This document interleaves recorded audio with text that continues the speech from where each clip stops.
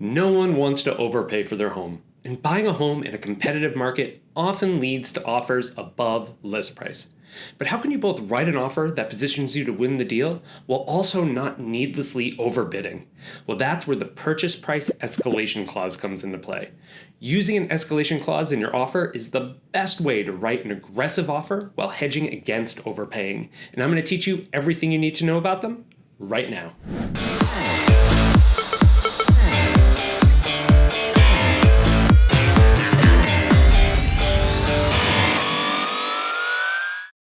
My name is David Tortellini, and I help people just like you buy and sell homes throughout all of southeastern Virginia. If this is your first time to the channel, hit that subscribe button so you can be alerted to all of our future videos and easily watch our past videos. And when you're ready, give me a call, shoot me a text, or send me an email. My team and I are on standby and ready to help. If you're making a move anywhere else outside my region, let me know. I can connect you with another amazing EXP agent near you. Okay, let's talk about escalation clauses. If you're buying a home in a competitive market, you'll need a strategy to help position you to win the deal. And while you always have the option of just offering your absolute max that you're willing to pay for a home, that can often lead to paying more than you would have to if your max is significantly higher than the competition. While there will always be people who are okay with that, as long as they lock down their dream home, most buyers would prefer not to pay more than they have to in order to win the deal. That's why having a strategy that allows you to still put your absolute best foot forward while hedging against the competition, not having as high a ceiling as you, is extremely important when writing an offer on a home. This is exactly what the escalation clause does. So what is an escalation clause? An escalation clause is an addendum to your offer that tells the seller that you're willing to beat the next best offer by a certain amount, up to a certain amount. In order to use an escalation, you need to know two things. First, what's the max you're willing to pay for this house? And second, by how much are you willing to beat the next best offer by? These two factors will determine whether or not you position yourself to win the deal. Of course, there are other factors that go into an offer, but these are the big ones.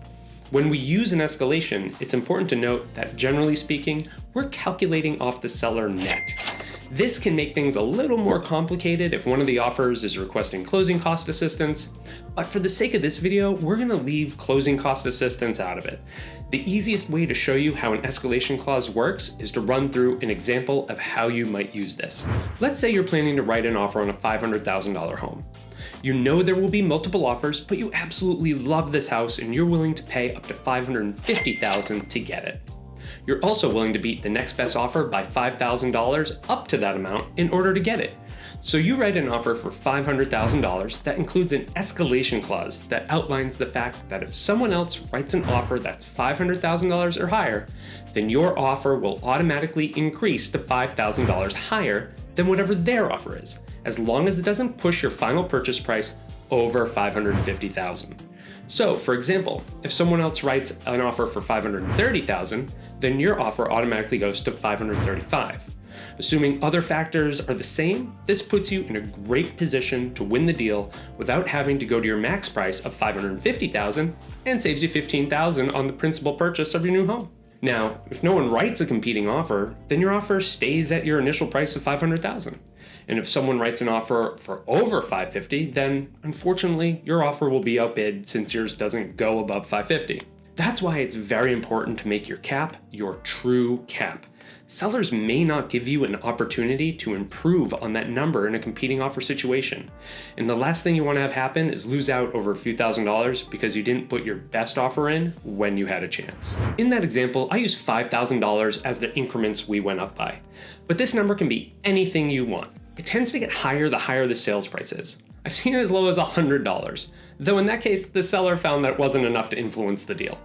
But it's common in our area and lower price homes to see it around $500, and then upwards of $10,000 or even $20,000 on some of our high-end luxury homes.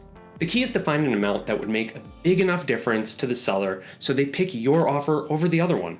Sometimes just a few bucks isn't enough to influence a seller if there are other factors in play, like an ideal closing date, or shorter home inspection period, something like that. There are other factors to consider when using the escalation clause. First, you need to make sure you're approved for the full amount. You want to include a pre-approval letter from your lender for the full escalation amount along with your offer. This shows the seller that not only can you afford the house at list price, but you are definitely qualified for your max amount. You'll also want to run the numbers to make sure you're comfortable with how the escalation affects both your down payment and your monthly mortgage amount. Just because you qualify for the max doesn't necessarily mean you're going to be comfortable making the payment every month. And the final factor is appraisal. Bidding well over list price is great and all, but if you're getting a mortgage, you'll still have to appraise for the sales price, or you could potentially lose the deal. In a previous video, I discussed appraisal gap guarantees as a way to protect against this, and you can learn more about those right here. One question I always get when writing an offer with an escalation is, won't this tell the seller our max, and could they use this against us to get us to pay more? The real answer is only if you let them. There are absolutely situations where a seller could say, hey, we're planning to take this other offer, but we see you're willing to go higher than where your escalation currently puts you. If you go to your max, or instead of $5,000 higher, go to $10,000, then we'll go with you instead. At that point, the ball is in your court, and if you're willing to do it, then go for it. And if not, stand firm with your offer the way you wrote it and let them decide. I've recently had this happen with a buyer.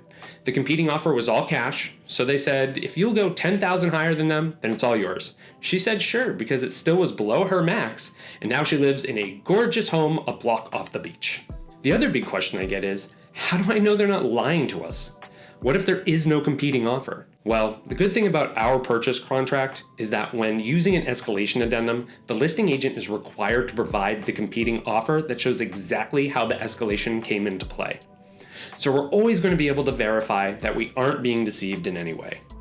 That may not be true everywhere, so if you're buying a home outside of southeastern Virginia, then you'll definitely want to discuss this with your agent. So there it is, everything you need to know about the purchase price escalation. This is absolutely the best way to write a strong offer without wildly outbidding your competition. No one likes overpaying for anything. And in a competitive market, you may already be taken a little aback by what you need to offer in order to be competitive. So throwing away extra money on top of today's high home prices can really hurt. The purchase price escalation will help protect you and your investment while positioning you to win the deal. Thank you very much for watching today's video. If you have any comments or questions, you can please leave those below and I'll reply to them right away. If you're just starting your home search here in Virginia, I'll have a link to my website in the description so you can get started looking at properties and be able to contact my team or I directly. Or if you're ready to talk, give me a call, shoot me a text, or send me an email. I'd love to help you out with your next home purchase. In the meantime, don't forget to like this video, share it with anyone else you know, and subscribe to this channel. Again, my name is David Tortellini. I'm with eXp Realty. Thank you so much for watching.